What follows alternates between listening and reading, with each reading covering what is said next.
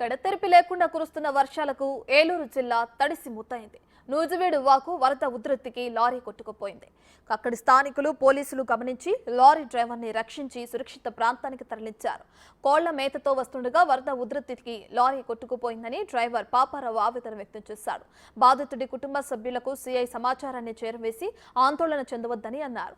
సాధారణ పరిస్థితులు ఏర్పడిన తర్వాత వాకుపై రాకపోకలు యథాతథంగా కొనసాగుతున్నట్లు సీఐ తెలిపారు.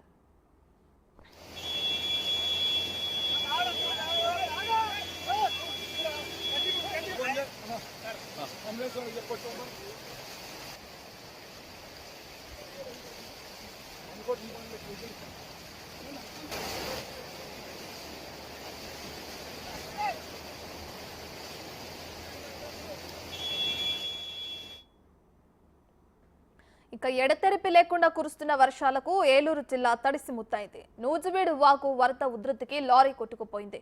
అక్కడి స్థానికులు పోలీసులు గమనించి లారీ డ్రైవర్ని రక్షించి సురక్షిత ప్రాంతానికి తరలించారు.